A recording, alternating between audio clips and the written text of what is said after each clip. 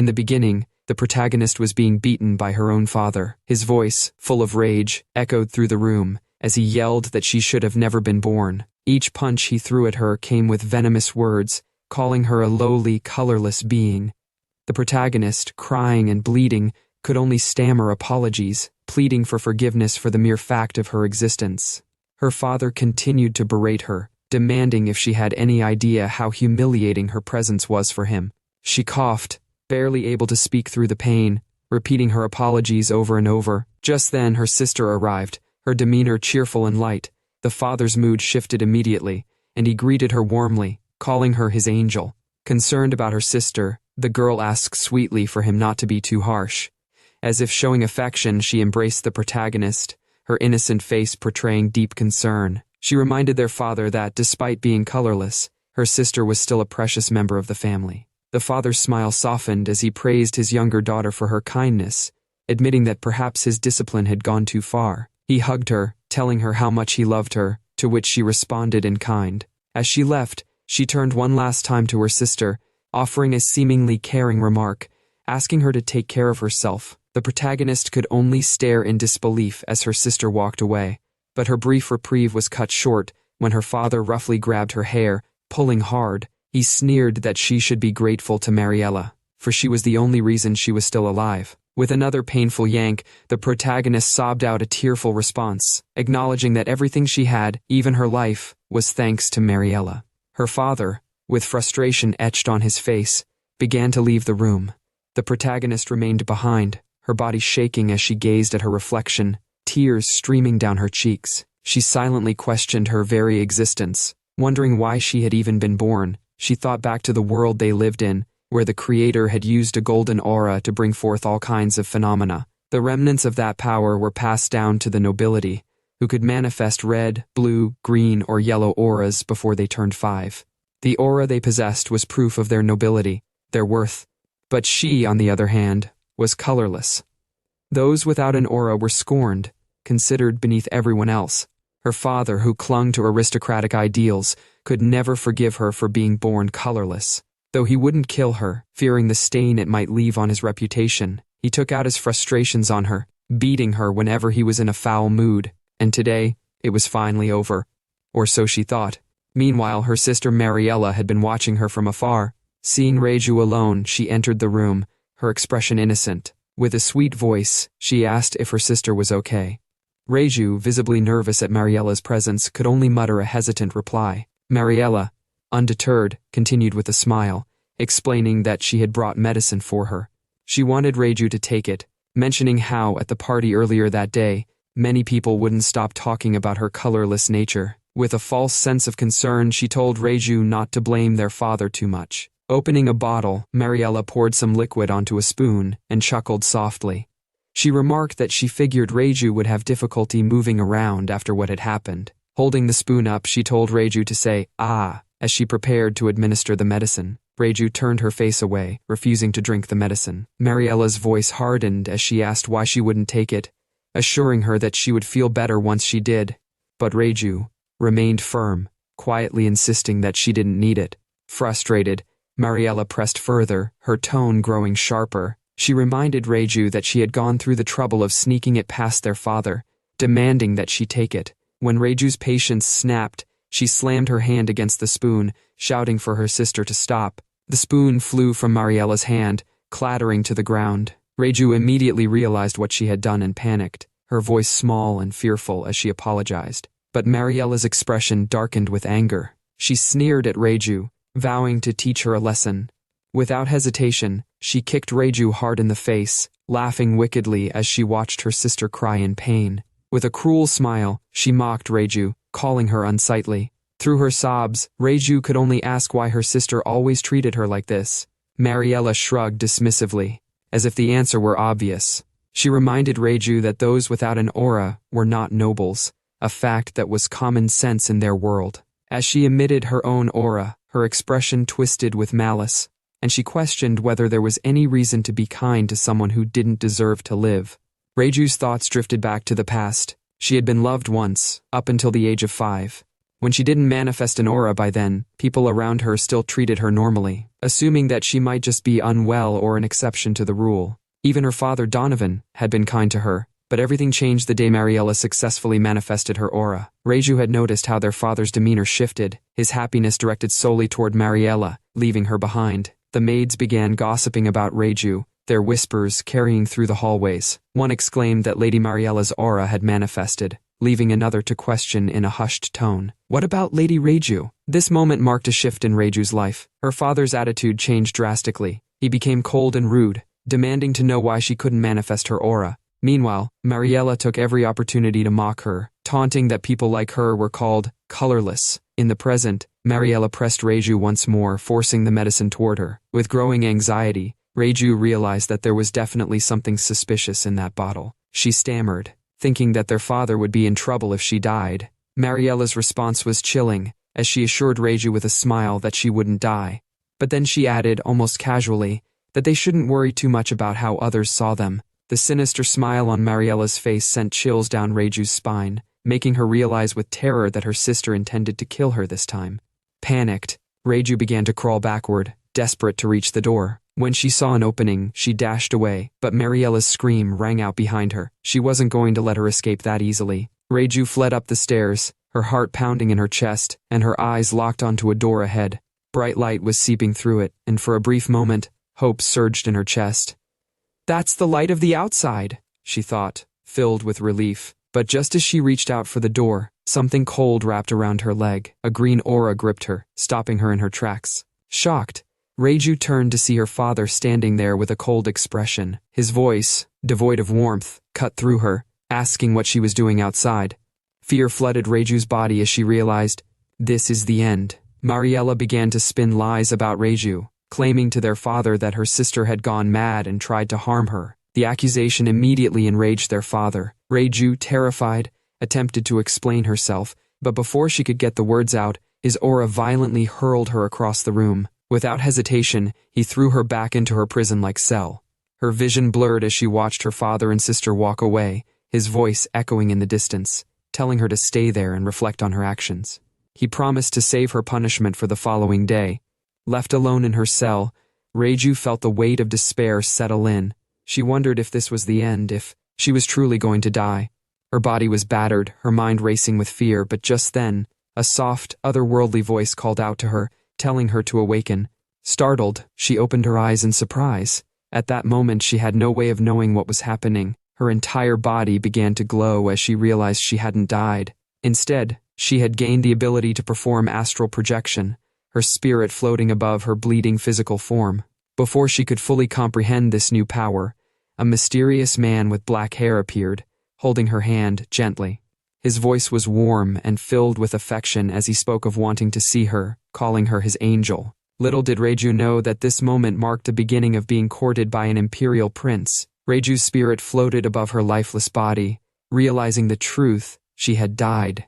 She reflected on her existence, feeling no strong attachment to her life, but there was one thing she had wished for, to see the outside world one last time. With sadness, she wandered through the space, her hand brushing against the wall. To her shock, her hand began to pass through it. Flinching, she gulped and hesitantly tried again, this time fully pushing her hand through the wall. Realizing no one could perceive her in this state, Reiju took advantage of her newfound freedom, flying around to places she had only dreamed of, the town, the sea, the mountains. She went anywhere she wanted, exploring the world that had once felt so distant. Once her curiosity was satisfied, she resigned herself, quietly waiting for death to finally claim her. As she lingered in this ethereal state, a small bird landed on her hand, surprising her. She could feel it. Startled, she wondered if that meant the bird could somehow perceive her. Upon closer inspection, she noticed the bird was injured, and her heart sank. Concern filled her as she softly asked if it was in pain, apologizing for her inability to help. Tears welled in her eyes as she berated herself, feeling utterly useless in both life and death. She believed, as her father and everyone else did, that she had been worthless. The bird chirped loudly, as if protesting her self-deprecation. Taken aback, Reiju realized it was angry for her sake. She smiled faintly, thanking the little creature for its strange but comforting gesture. Determined to do at least something in her final moments, she knelt and began to pray for the bird, hoping for its relief as her consciousness slowly faded. But as she prayed, something miraculous happened. Her body began to glow brightly, and an aura radiated from her. To her astonishment, the bird's injuries began to heal under the light of her aura. Reiju was astonished to discover that her aura had healed the bird's wounds. She watched in disbelief as the bird, now free of its injuries, began to fly. It twirled in the air and grabbed at her clothing, chirping energetically. Reiju was taken aback, unable to comprehend what was happening. The bird continued to fly, beckoning her to follow. She trailed behind the bird as it made its way to a tree, where it perched and continued to chirp insistently. Curious, Reiju peered around the back of the tree and was shocked to see an injured rabbit lying there, its wounds shimmering. Realizing the bird's intent, Reiju understood that it wanted her to heal the rabbit as well. She hesitated briefly, but the bird's urgent chirping compelled her to act. Using her aura, Reiju began to heal the rabbit. As the healing energy took effect, the rabbit's injuries vanished, and it sprang to its feet, running away swiftly. Reiju watched in surprise at the rabbit's sudden recovery and departure. Reiju reflected on the situation, addressing the bird with a sense of wonder. Despite being a noble who had never possessed an aura, let alone such a power, she was now inexplicably endowed with it. She pondered why this power had manifested now. The bird nuzzled her face, offering a comforting presence. Reiju speculated that this might be the creator's way of giving her a chance to be useful, even if just a little. Inspired, she recalled a time when she visited the capital and saw a lady in a large manor who appeared gravely ill. Though unsure if her newfound power could help, she decided she wanted to try. Determined, Reiju resolved to go to the manor to offer her assistance, and she asked the bird to accompany her. The bird's cheerful chirps confirmed its willingness to join her. Reiju felt a surge of happiness at the bird's response, ready to embark on her new mission. The lady coughed intensely, her condition clearly worsening. Her son Denzel looked on with deep worry, urging her to hold on. Despite his pleas, the lady expressed her sorrow, feeling that her strength was fading. In a desperate attempt to save her, Denzel held her hand and began to cry, pleading with her not to leave him alone. In a frantic moment, he called for a doctor, but before anyone could respond, Reiju stepped forward. Using her aura, she began to heal the lady.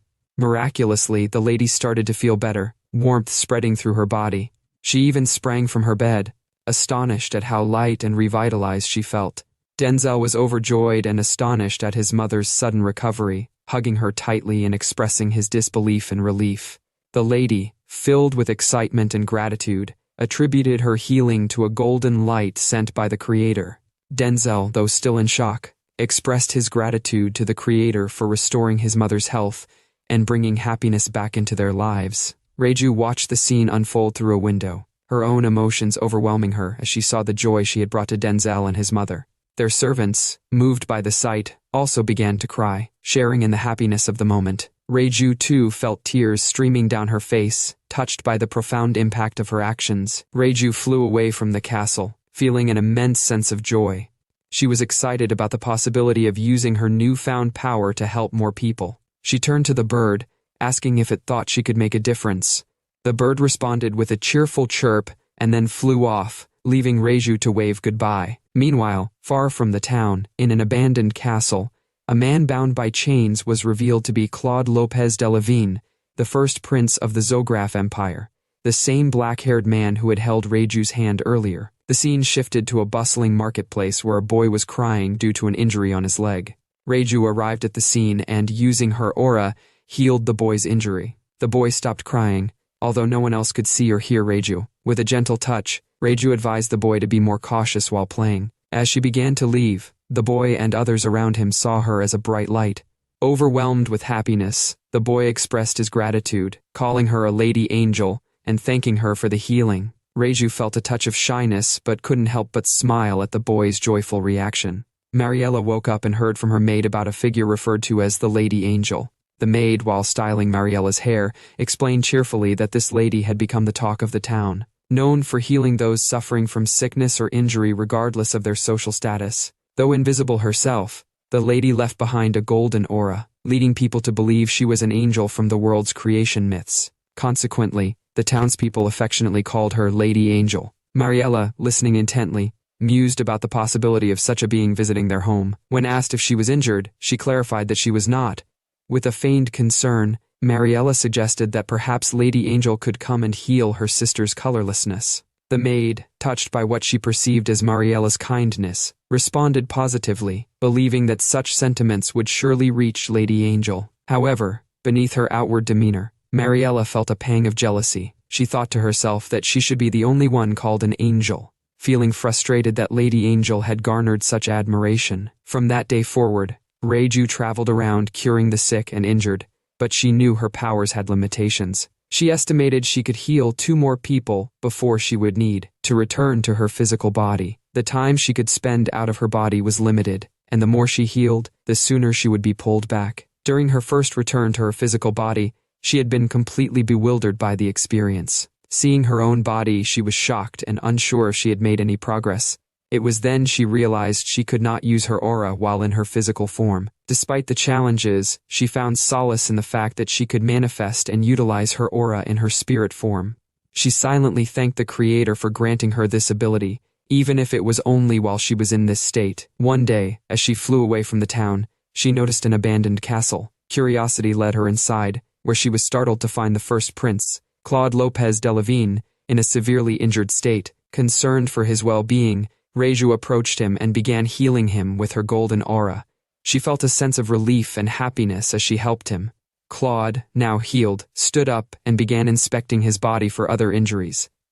Seeing him strip to check himself, Reiju felt a rush of shyness and quickly turned her face away, overwhelmed by the unexpected situation. Reiju was confused and concerned when she saw that Claude was still injured. She reached out to him to heal him properly but flinched when he looked at her sternly and asked if she was the rumored angel. Reiju was shocked that he could see her. She had believed she was invisible. This unexpected development left her bewildered about how he could perceive her. Once she returned to her physical body, she gasped as she realized her aura had run out. She was troubled not only by the fact that Claude could see her but also by his injuries. She resolved to go back once her aura regenerated to check on him and ensure his safety, even if communication was difficult. However, when she returned, she was horrified to find Claude being tormented by another man. The man, using his aura to inflict pain, demanded to know why Claude's wounds had healed. Reiju was troubled by this turn of events. She reflected on the nature of auras, noting that while most nobles could manifest their auras in their hands, only a select few, known as transcendents, were chosen by the Creator and possessed significantly stronger auras that allowed them to manipulate their auras more effectively. Reiju was aware that her father, being a transcendent, had the ability to manipulate auras, so she recognized that the man tormenting Claude must also be a transcendent. As the man continued to inflict pain on Claude, taunting him about the angel who had healed him, and making the punishment seem worthwhile, Reiju was paralyzed with fear. She hid behind a wall, unable to help, and overwhelmed with guilt, thinking it was her fault for the beating Claude was enduring. After the man finished and left, Reiju, deeply concerned for Claude, approached him with the intent to heal him. However, she was halted by the man's harsh words replaying in her mind, blaming the angel for the trouble caused. Overcome with remorse, Reiju cried and apologized, feeling responsible for the situation. Hearing her voice, Claude managed to get up, which startled Reiju. She was curious and asked if he could truly see her. Claude explained that he could not see her but could hear her voice. Reiju was surprised to learn that their previous encounter had been a coincidence, as Claude was sensitive to the presence of auras, allowing him to detect her even though he couldn't see her. Reiju began to speak, hesitating with a hesitant, but Claude cut her off, instructing her not to come near him anymore. He expressed his lack of understanding about who she was and told her that, after witnessing the events, it was clear she was a nuisance. Reiju was shocked by his words and began to cry, apologizing through her tears. Claude told her again that she did not need to apologize and urged her to leave. As Reiju walked away, saddened by his dismissal, Claude added that it was enough for her to have pitied him once. Reiju, walking through the hallway, reflected on his words. She acknowledged that her actions might have been thoughtless, and that his reaction was justified. Yet, despite his situation mirroring her own past struggles, she couldn't bring herself to abandon him. Driven by a desire for him to find happiness, even if it was just out of pity, Reiju resolved to do whatever she could to help him. Suddenly, Reiju noticed the man who had beaten Claude speaking to someone. The man apologized for intruding and mentioned that he had an urgent report concerning the first prince. A voice from inside the room instructed him to speak. Reiju, hiding and listening intently, heard the man report that the rumored angel had visited the first prince, and all the scars from his punishment had disappeared. The lady seated in front of him acknowledged the angel's compassion but asked about the current state of the prince. The man responded that there had been no notable changes. The lady, revealed to be Empress Nadine Miltz Delavine of the Zograf Empire, then noted that despite the power of the savior, there was no change in the prince's condition and deemed the time right for their plan. The man, excited, confirmed that they would proceed with the plan to assassinate the first prince. Empress Nadine smirked, asserting that the empire had no need for two princes. Reiju, hiding behind the wall and overhearing their conversation, became anxious and worried about Claude, realizing that he was in grave danger. Claude Lopez Delavine, the first prince of the Zograf Empire, was born with a black aura, a rare phenomenon that might not even occur once in a century. Yet despite this rarity, he was unable to achieve transcendence, a status that was regarded as more important than birth order when it came to the right of succession. As the first prince, but not a transcendent, his fate was sealed, and he was inevitably treated as a bearer of bad luck. Maids whispered among themselves, feeling pity for Prince Claude. They remarked how he had been locked away, not because he failed to become a transcendent, but because of the circumstances of his birth. His mother, the former empress, had sacrificed her life to bring him into the world, and the emperor, who had deeply loved her, harbored resentment. One maid expressed her frustration, suggesting it was wrong for the emperor to use that as an excuse to ignore the current empress's deeds. Her companion hushed her, cautioning against speaking so freely about such matters, fearing who might be listening.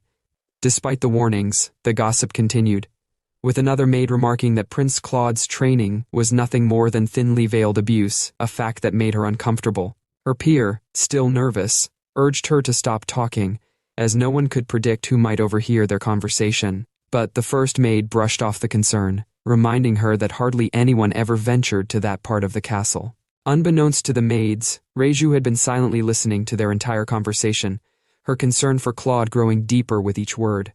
As the maids agreed to end their gossip and move on with their tasks, Reiju remained, processing everything she had heard. The current empress's son, Prince Nikolaus, was a transcendent, and even without interference, it was almost certain that he would ascend to the throne instead of Prince Claude. Reiju couldn't help but wonder why Her Majesty despised Prince Claude so deeply, to the point where she was plotting to have him assassinated. It perplexed her, as Nikolaus's future as emperor was already secure.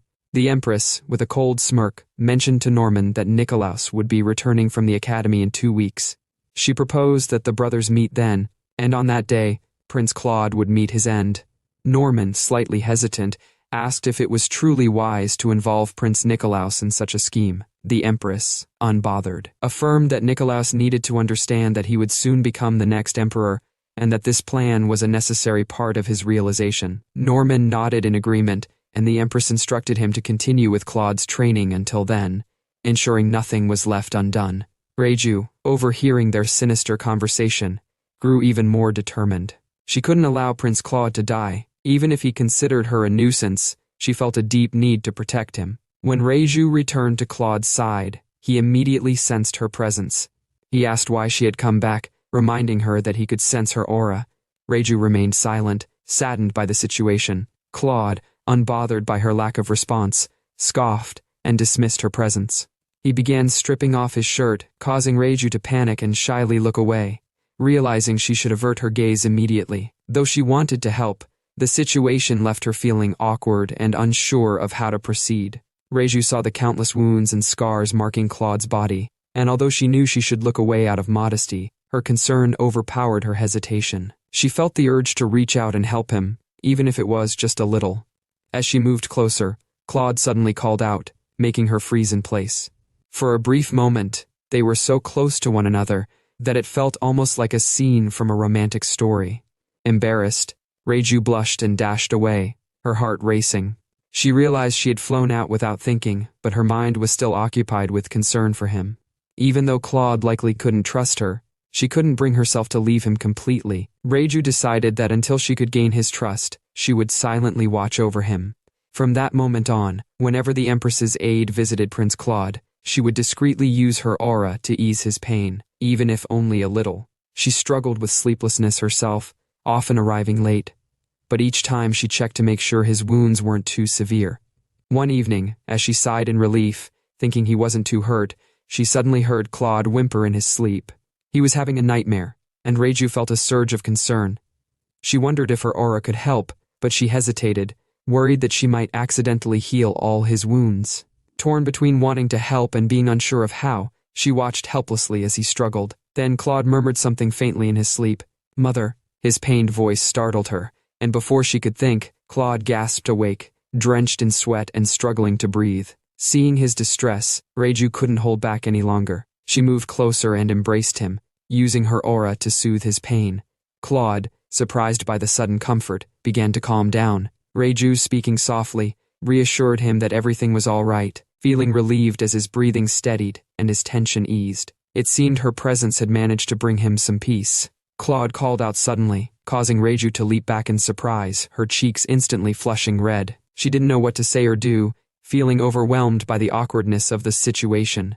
Claude, equally confused, scratched his head, unsure of how to react. Before he could say anything, Reiju, completely flustered, apologized quickly, and dashed away. Claude, still scratching his head, muttered to himself, puzzled, wondering what had just happened. The next day, Reiju found herself peeking from behind a wall, still blushing as she recalled the previous encounter. She thought to herself, embarrassed but trying to justify her actions, that it wasn't as if Claude could see what she had been doing. She quietly peeked around the corner, relieved to see him sleeping peacefully. But suddenly, Claude began to show signs of pain, his body tensing up. Concerned, Reiju moved closer, her heart aching for him.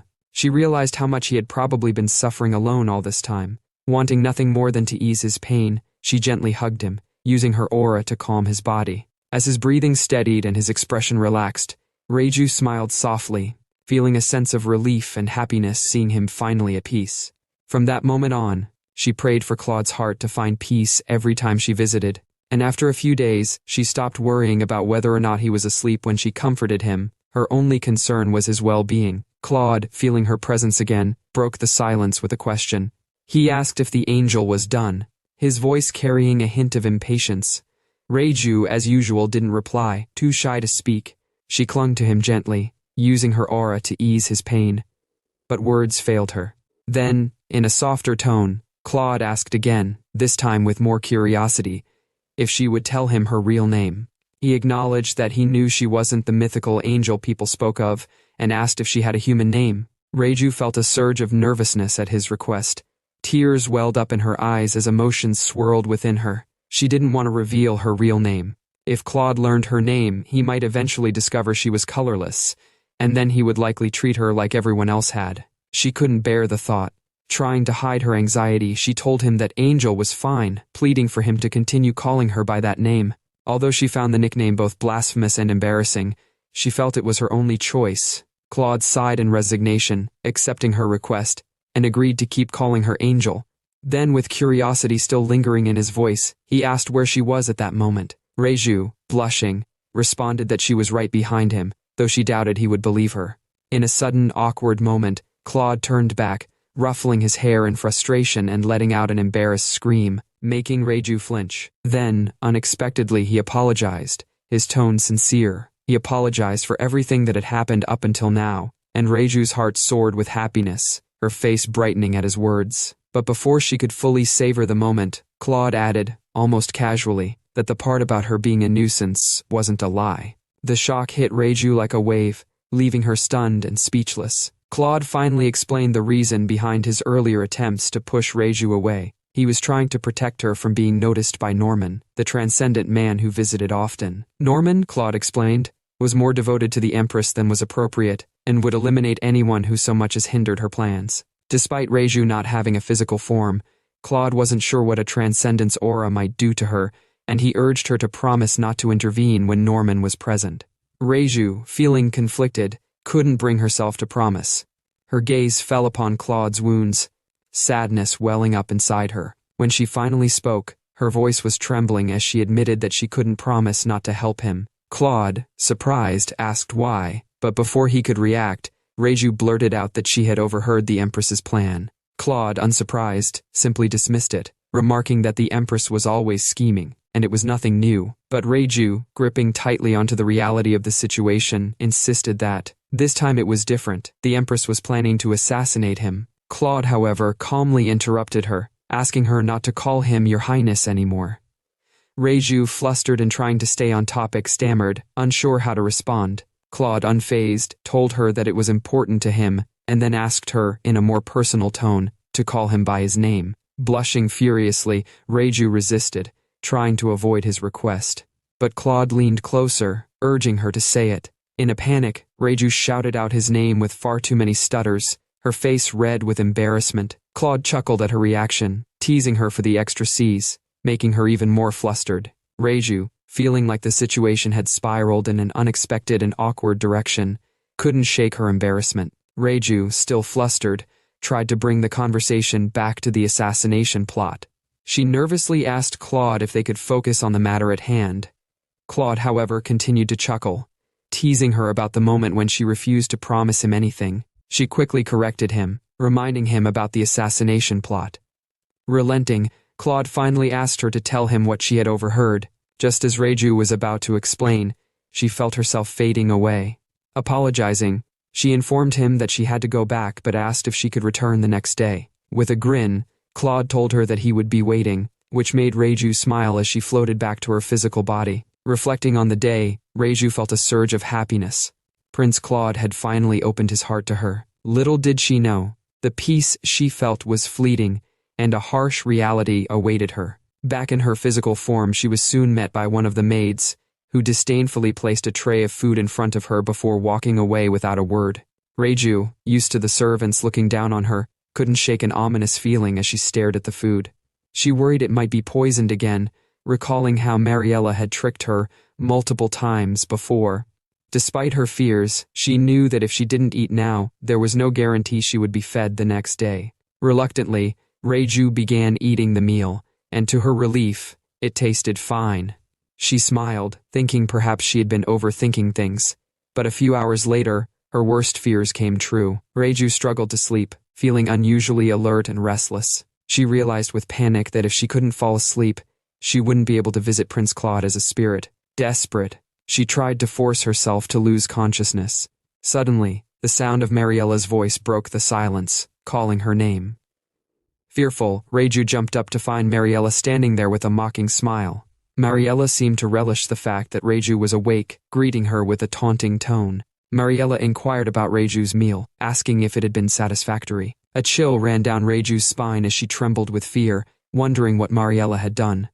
Mariela, however, dismissed her concerns with a nonchalant attitude, feigning concern, and explaining that she was simply worried because Reiju had been sleeping so soundly during her previous visits. Reiju's anxiety grew as she listened, her mind racing with dread over the implications of Mariela's words. Reiju reflected on her situation, realizing that while she was out of her body, she had never woken up unless she either depleted her aura or consciously returned. She deduced that Mariela had likely been tampering with her while she was asleep, and she hadn't responded because she was unconscious. Mariela, with an evil grin, explained that she had made it so Reiju would stay awake all the time.